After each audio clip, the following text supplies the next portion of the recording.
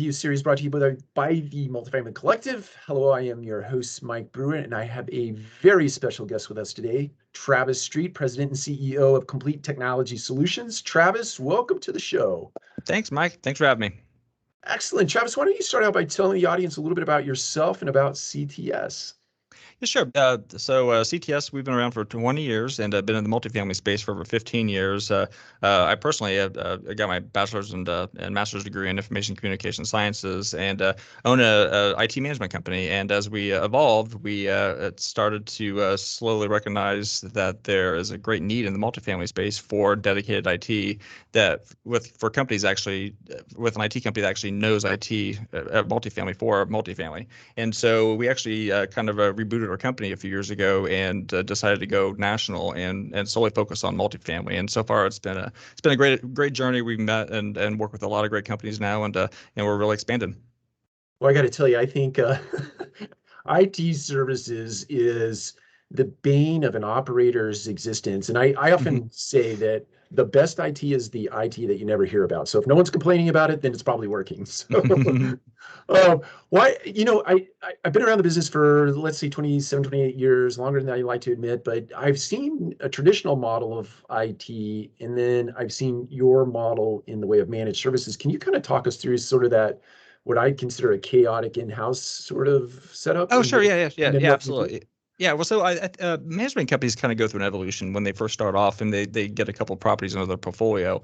And when that happens, they generally will rely on their maintenance guy or their accountant or someone that knows that may have read something on Google about how to do some computers, and they just start working on stuff. And that's kind of the metamorphosis of the internal IT department for these companies.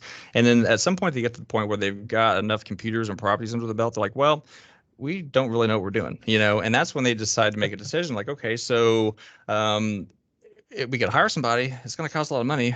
And or we can go hire one of these companies that do IT for us, And so enter the choice of a business owner of whether to do what's called the break fix model, where basically they just pay somebody to come fix their problems and then they leave. Which by doing that, there's no intrinsic value for the owner to really get any great value, because that company wants your stuff to be broken all the time, because that's their only revenue model. I mean, the more things that break, the more things that they got to go back to and fix. And so they really hope that you keep calling them and stuff. So it's not really the goals aren't really aligned there with that kind of model.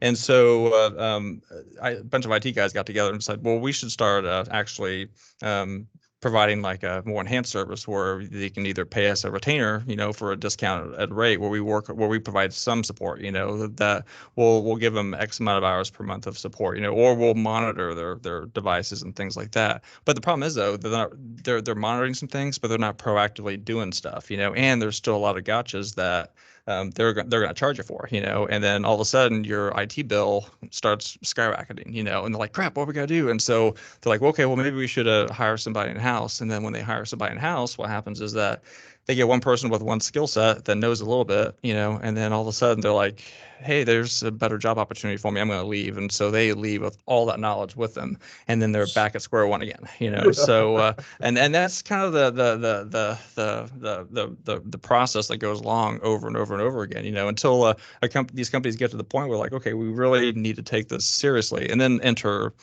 the bad guys that are out there, all the cybersecurity hackers and everyone trying to hack into companies. I mean, we do a lot of email marketing to management companies, and I literally every month I get at least one or two CIOs or VPs of a property management company that sends me an email saying, hey, I have a file for you to open up. Guess what? They got hacked. And so and that's something that they don't really take into consideration either. So enter our model, which we provide a full managed IT department service. So what we do is we build a IT service department from the ground up that is exclusively built for multifamily. We know all the problems that managers have.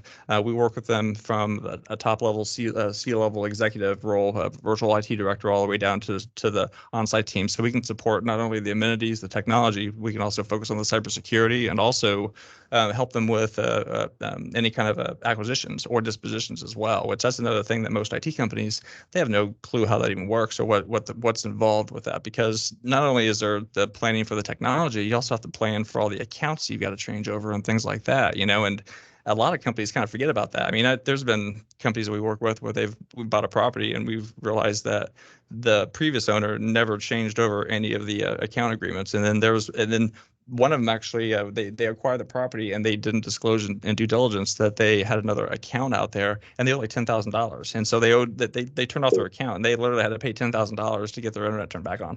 So I mean, a lot of just things like that they just need help with, and that's what we with CTS do is we become that bridge and that support for these young companies that don't have a highly structuralized IT support system. Well, kind of walk us through that. I know that there's an entire process that you have to go through, and maybe kind of talk to us about when it makes sense to bring someone like yourself into a property onboarding. Let's say we just bought a property, or we're going through the DD. Let's start there. We're Mhm. going through a DD process. Where is it most appropriate to bring in a service like yours, and what does a service like yours do for us when we're going through a DD process? And let's just presuppose we buy the property and we own it for a long bit of time. Kind of walk us through your lifestyle or life cycle of offering services and offerings. Oh, sure, absolutely, yeah. So, if you're going through the DD process, hopefully you've already retained us as your full IT department, and because that's part of our all-inclusive fee with what we provide. And so, when we are notified that there's a new property that's going to be purchased, we schedule the time to go out and do the DD because we're part of that DD team, and we're with the maintenance technicians that are evaluating and doing unit inspections. And we do the exact same thing. We do our own inspections. And so what we do is we assess the current state of the IT, what they have there. We look at the door access control systems, and we look to see if they're like super old, because there's a lot of properties that they have systems that are like probably 10, 15 years old that are literally on the verge of like dying. And we try to let the owner know about that, be like, hey, we need to, and then we'll reach out to the actual vendor and be like, hey, is there an upgrade on this? Because that actually happened one time where they bought a property and the system had it was like 7 versions behind, and all of a sudden they got stung with like a $15,000 bill just to upgrade the tokens for it was a Cantex system, and and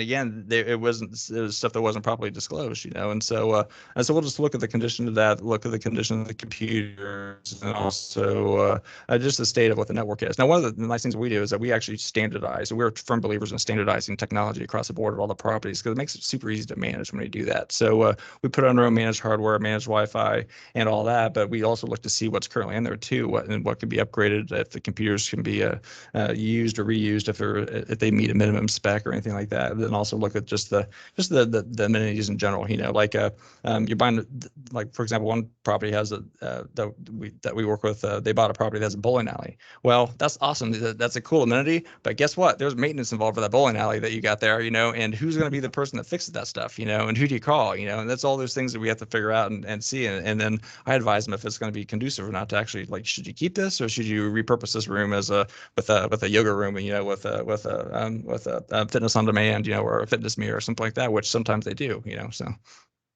Yeah, that makes sense. And so my Mhm. imagination tells me, and correct me if I'm wrong, at the end of this, call it an assessment period through the DD, you've Mhm. taken inventory, you've made an assessment, and now you put that into some sort of bound report or kind of digital PDF where Yeah, you, absolutely. Yeah, yeah, yeah, yeah, yeah, yeah. yeah, And we provide that to the owner, and we also provide a budget too. Like, okay, here are the things that we think you guys need to fix, and here's the things that we recommend upgrading. And then once they sign off on it, we procure all the hardware, and then our team's on site when DD happens, and we're waiting around with the rest of the team. Sometimes we're waiting around till 5 o'clock until the sale closes. Either in the lobby or in the parking lot in one case. And but once we get that go ahead, boom, we're in there, and then our team's doing our thing and we're getting those systems in there. And obviously the most important thing is getting access. Our goal when we take over properties is make sure we have full control of the communication systems, because the phones, that's the most important thing, because a lot of these companies, hopefully they're using like SitePlan or they're using some kind of a calling service. And so we'll make sure that we get access to it, because we put if it's a client that uses our phone system, we'll put our phone system in place, but we've got to communicate with the vendor to make sure, whether it's Cox or CenturyLink or whoever, to make sure those phone numbers are forwarded over to the new line, because that's a piece that a lot of people miss, is that they buy the property and all of a sudden, like, well, we got phones here, but how do they work, and where are they, how are we going to forward them over to our after hour service, and to call our maintenance guys, and so that then obviously there's the website that needs to be forwarded over to, and I mean there's it's a lot of hurry up and wait, and then all of a sudden it's just like a madhouse, just getting everything done and getting everything ready. That way that property is ready to go for the next morning. So. Oh, you have my mind flooding full of like these past things that have happened through. I mean, I've been through a number Oh, of I'm sure you've been through a lot yourself. Yeah. Yeah, it's just like, oh, yep, been there, done that Yep. one, Yep. that one, done that Mm-hmm. one, done. So, all right, so let's sort of fast forward then. You're in there, you've set up your systems, your processes, and talk to us about your kind of ongoing service as it relates to what I have in my head is there are business systems, let's call those all the software systems that run your business, and then there is a hardware piece of the business. And so what I imagine in my head is that you have services on both sides. Kind of walk us through Oh, what that absolutely. looks like. Yeah. Yeah. So obviously once we take over the property, I mean, we want to make sure everything is properly installed, and we have new systems whenever possible, or we've got we repurpose the systems they currently have.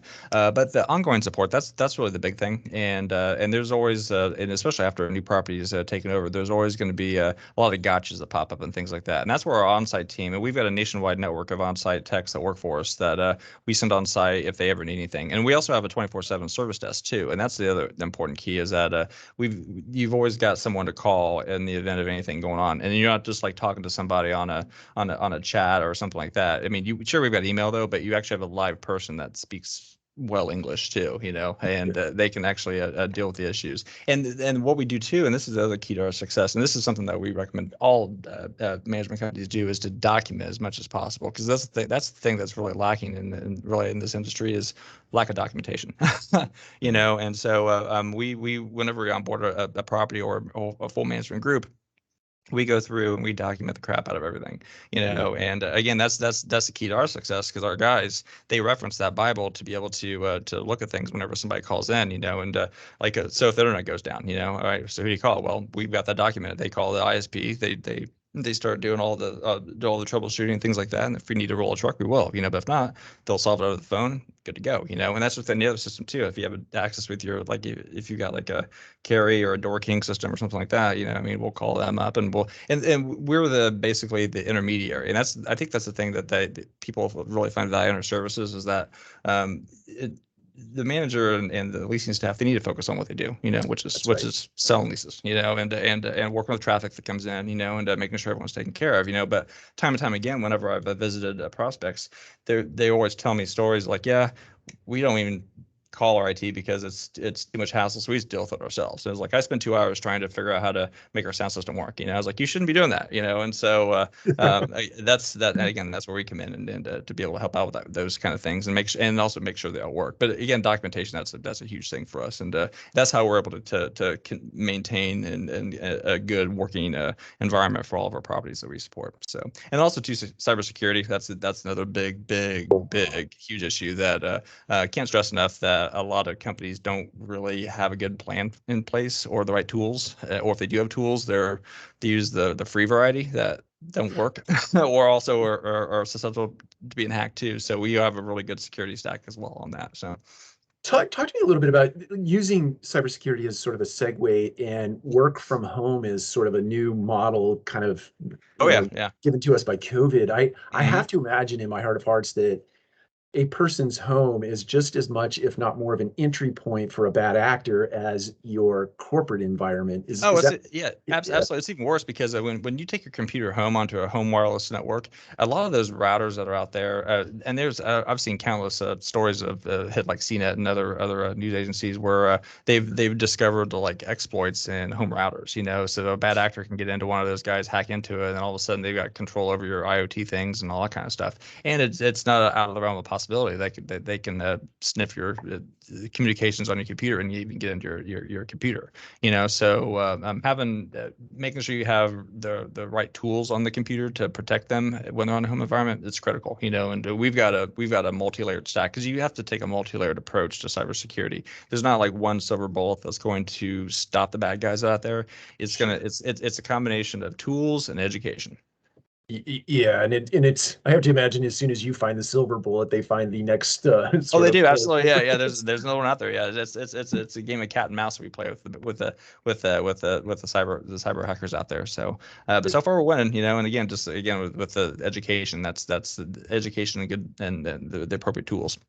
Do you sort of, in the same vein of cybersecurity and knowing that the Internet of Things and edge computing that makes those sort of Internet of Things work, and sort of all the whatever Wi-Fi or 5G or whatever mechanism you're using for things to communicate, is IoT as big a risk as far as cybersecurity goes as Oh, yeah, talk to us about that. IoT is a bigger risk than just having just a regular computer, the network.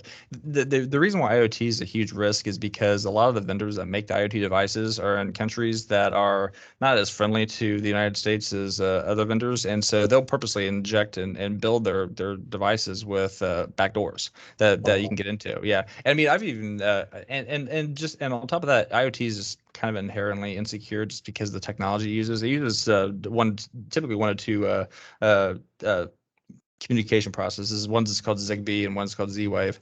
yeah, But you can literally sit out in a parking lot, and if somebody's got a lot of like IoT devices, like smart lights and things like that, that actually is an entryway. And there have been examples and cases where hackers have gotten into a network just through smart lights, right. because the fact that it broadcasts itself and they can just hack right into it and go from there. So.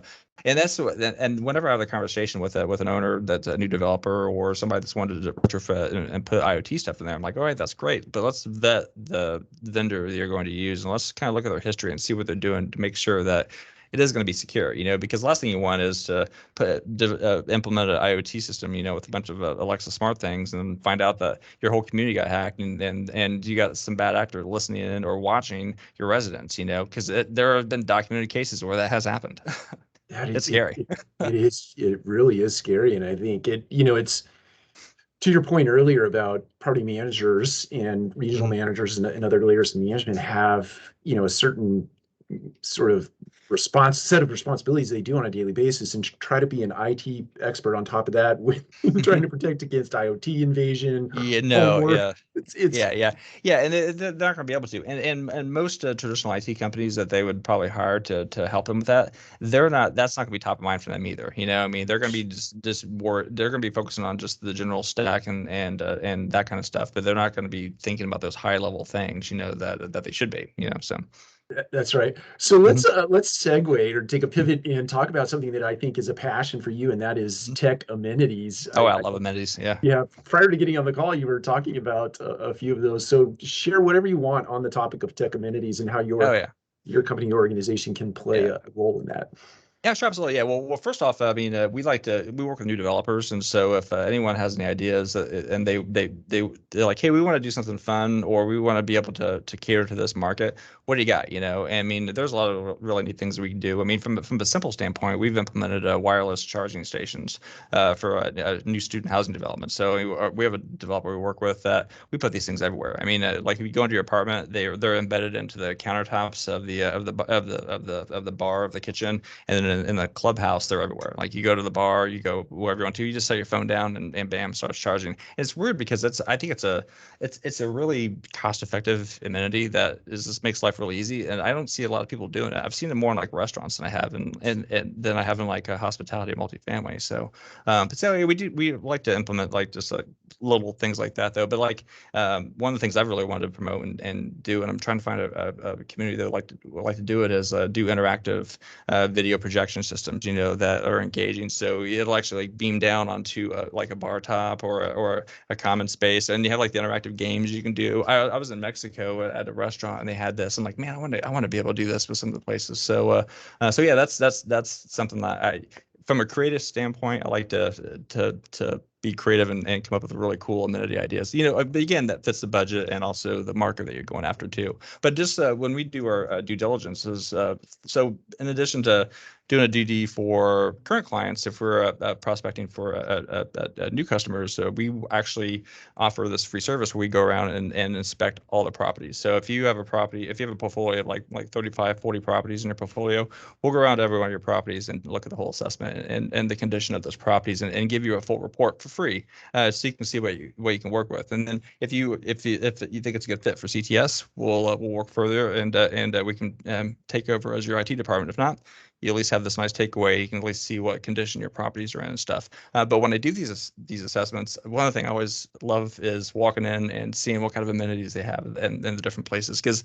every time I think I've seen something that I wouldn't see again, I'm always amazed. And there's always something new that comes out, And I was like, oh, this is so cool. So my latest coolness amenity that I saw was like the beer dispensers, which I've visited a lot of properties, but this one a management group, they like their beer, and they've got the iBeer, or I think it's called iBrew It, I think, where it's like a little credential system where they'll give you the leasing manager will give the resident a token, and then you can go up to the beer dispenser and just tap the display, and then you've got like three pull handles, and then you can just you can pour 2 beers a day, and you're allowed 2 beers a day. So I was like, that's pretty awesome. So Yeah, there's some really innovative stuff out there that I've seen over the years, and that's one of them, right? yeah. The version of that I experienced was actually I'm gonna call it it's like a bar restaurant, I suppose, and you got like what Mm-hmm. looked like a credit card, and they loaded Oh the yeah, credit yeah. card. Mm-hmm. Yeah, but I assume that was similar to that experience that you saw. Yeah, but it's just fun, just fun and unique, And I think that's the biggest thing with it's the markets are becoming really competitive. I mean, luckily right now people are running like crazy, and all of our current clients, they've been seeing like records on their rents, which is awesome, and Yeah. occupancy, but there's still you still want to have something that's going to really make you unique compared to the property across your comp across the street, and so it's putting in just those little unique things like a home theater room. I've seen a lot of home theaters, but this one I walked into, instead of actually having like your traditional style of just like benches and stuff, they had giant bean bags. I mean, like massive beanbag chairs you can sit in. I was like, this is so cool. It's simple, but man, I would love to hang out here just for the fact that you have I mean, these are like giant ass beanbags. I mean, that you could probably sit like 3 or 4 people on, and that's what they chose to do and that's one of the little draws they have, So I mean, you can still be simple, but yeah, have some really cool stuff that draws people, So Yeah, I think, to me, it's those types of experiences that get talked about, right? If you're mm, sort of word of mouth marketing, it is those things that are memorable and remarkable and that carry forward by way of conversation or mm. are Instagrammable, right? You can take a Oh, picture of absolutely, them. yeah. Carry Hmm. on. Well, Travis, we're running near the end of our time, so I want to make sure that you wrap up with certainly a call to action. Our audience, we have both viewers, and I put this out in podcast form. So, listeners, viewers, Hmm. anything that you want to leave them with, and certainly a plug for CTS and where they can find you online or otherwise. Oh, sure, absolutely, yeah. So, I mean, if you are as a management group, and especially if you don't have an internal IT, give us a call because I'd love to be able to at least talk about and show you what we can offer you as opposed to most IT companies that are out there. And I think once you see the difference that we offer compared to most companies out there, you'll be very intrigued into working with us as your managed IT department. Because that's the thing is that unlike most companies out there, we become an extension of your company and provide all of the different facets and that are specialized for multifamily. I mean, we're not just a IT company. I mean, we go beyond in many different ways. So yeah, if you're interested, yeah, just reach out to us. We have a website, it's ctsmultifamily.com, and you can reach out to us by phone, 888-255-9715. And yeah, just give us a call, and we'd love to meet with you and talk with you and learn more about your needs in your company and what we can possibly do for you. And then if things are great, schedule a on-site consult and visit your properties and go from there. So Well, Travis, I very much appreciate this. I know we could probably mhm. go all day on the Oh topic yeah, of I got a IT lot and more. cybersecurity, et cetera, Mhm. but I appreciate you taking time out of your busy day to come on and share with our audience, several different things as it relates to IT, but certainly where they can find you and Mhm. hopefully engage with you in the future. At some point, we'll have you back for a round 2, and we'll try to Yeah, dive into a would love topic a that. little Yeah. more. Thoroughly excellent. All right. I appreciate it. Thank you. And we will see Yep. you again Thanks a lot. next time. Yeah. Yep. All right. Sounds great. All Bye now. right. Take care.